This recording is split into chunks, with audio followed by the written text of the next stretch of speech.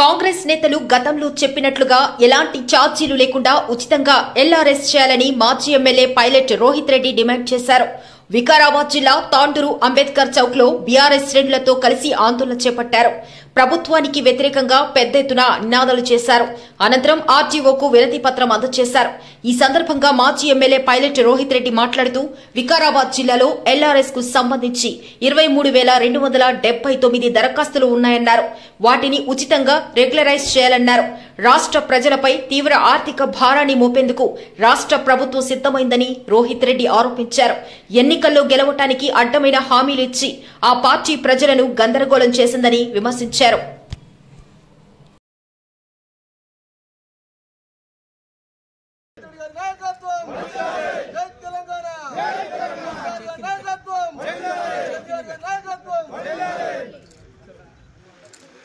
చేపట్టడం జరిగింది. మన జిల్లాలో వికారాబాద్ జిల్లాలో ఎల్ఆర్ఎస్ కి సంబంధించి 23,279 దరఖాస్తులు జిల్లాలో ఉన్న మున్సిపాలిటీల నుంచి రావడం జరిగింది.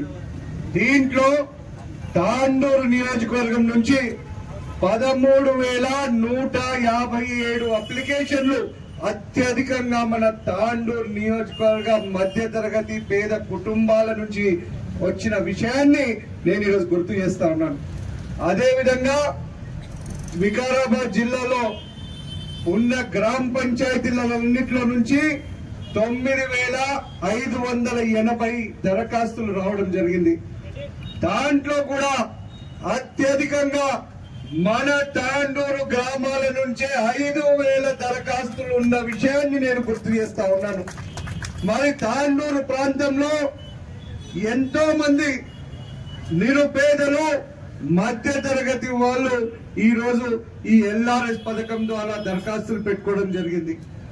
మరి ఈ దరఖాస్తులను మేం ప్రభుత్వంలో ఉన్నప్పుడు, బీఆర్ఎస్ పార్టీ ప్రభుత్వంలో ఉన్నప్పుడు 2020 సంవత్సరంలో తీసుకొచ్చి ఈ పేదవాళ్ళకందరికీ న్యాయం చేద్దామని చెప్పి చేసినప్పుడు, ఇప్పుడు అధికారంలో ఉన్న కాంగ్రెస్ పార్టీ నానా గోల చేసింది. ఇప్పుడున్న మంత్రులు ఒక్కొక్కరు ఒక విధంగా ఎల్ఆర్ఎస్ ని ఉచితంగా చేయాలి, దానికి ఎటువంటి ఫీజు వేయొద్దు, ఫ్రీ ఎల్ఆర్ఎస్ అని చెప్పేసి అన్నారు.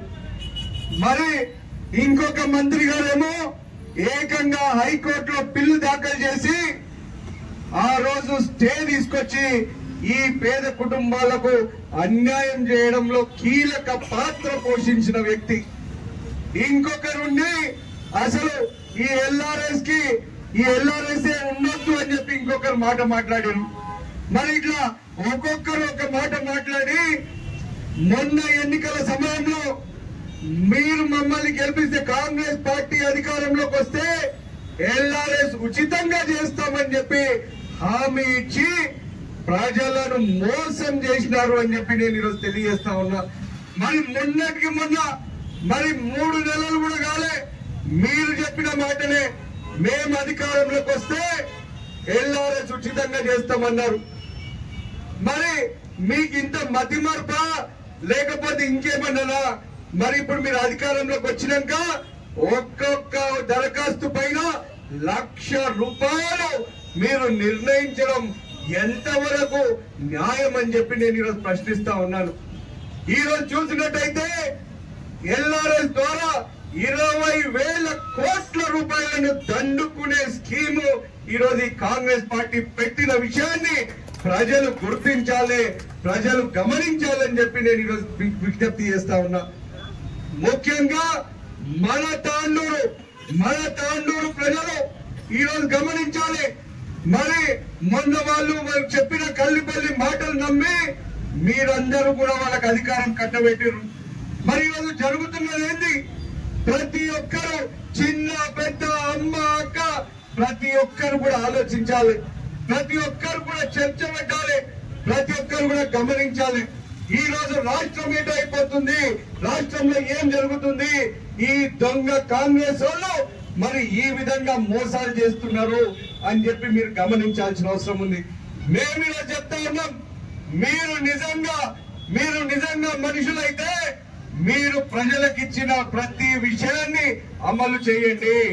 ప్రజలకు ఇచ్చిన ప్రతి హామీని అమలు చేయండి. 420 పథకాలు చెప్పిర్రు, 6 పథకాలు, మిగతా అన్ని హామీలు దాదాపు 420 చెప్పిర్రు.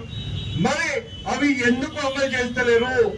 అవి అమలు చేయకపోవడమే కాక గత 10 సంవత్సరాలుగా బ్రహ్మాండంగా ప్రజలకు సేవ చేసిన టిఆర్ఎస్ ప్రభుత్వం పైన, మా గౌరవ ముఖ్యమంత్రి పైన, మా మంత్రుల పైన మీరు ఈరోజు దుమ్మెత్తి పోస్తా ఉన్నారు. ఈరోజు ప్రజలు గమనిస్తా ఉన్నారు. ఏ కూడలి దగ్గర చూసినా, ఏ గల్లీలో చూసినా, ఏ గ్రామంలో చూసినా, ఏ రచ్చకట్ట దగ్గర చూసినా ఈ రోజు మీరు వెళ్ళి కనుక్కోండి. మరి ప్రజలు మా ప్రభుత్వ హయాంలో ఏ విధంగా సంతోషంగా ఉన్నారో, మరి ఇప్పుడు ఎంత బాధపడుతున్నారో మీరు గమనించాలి.